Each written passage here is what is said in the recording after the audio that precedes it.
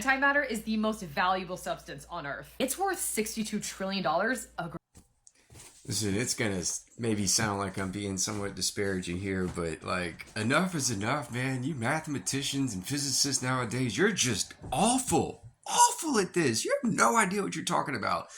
Antimatter is not necessarily worth $62 trillion. We're so inefficient at making it. The energy requirements are so absurd, it therefore creates a value of $62 trillion because it requires so much effing energy to produce. So just you saying, oh, it's worth $62 trillion is essentially a misnomer. Are you just not explaining or elucidating why it has a cost of such? Not only this, man, how dare you sit there and talk about matter, perceptible matter, as if it's tangible or concrete. The constituents of matter, I'm talking about subatomic elements, fermions and bosons. Let's just get to the basic components. Fermions have no spatial extension or are dimensionless points. They're not things. Bosons are force carriers, so those aren't things either.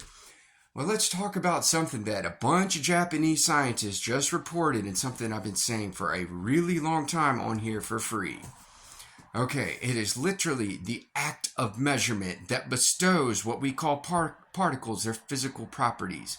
But more specifically, there are interactional dynamics occurring between a measurement device and a supposed physical system, which is most likely just some mathematical modeling. But a context is established, and that context is what bestows physical properties to what you call matter. None of you people nowadays know what you're talking about, and you've got basically everybody enchanted with some erroneous perception of how to engage the outward world. Listen, lady, if you didn't understand what I was saying a moment ago, I'm saying reality is what you make it. It's not just some figurative or purple prose expression. It is quite literally literal.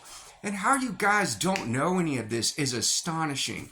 Do you realize within 5 years of just using a cell phone and a very much generic phone and reading a bunch of old books, mostly on the philosophy of science and people that invented the study of matter and things of that nature, I've been to universities and you people can't keep up with anything trying to explain to you how Hilbert phase space isn't fundamental to anything and trying to explain the operations of a total non-negative Grassmannian or an amplituhedron, which, you know, this stuff is basic as basic gets, but you guys have such a convoluted worldview because you don't realize that quantum mechanics and all of these things are showing you that what we call reality is inherently subjective, and you keep trying to treat it as if it's a materialist or physical construct. You don't know what you're talking about.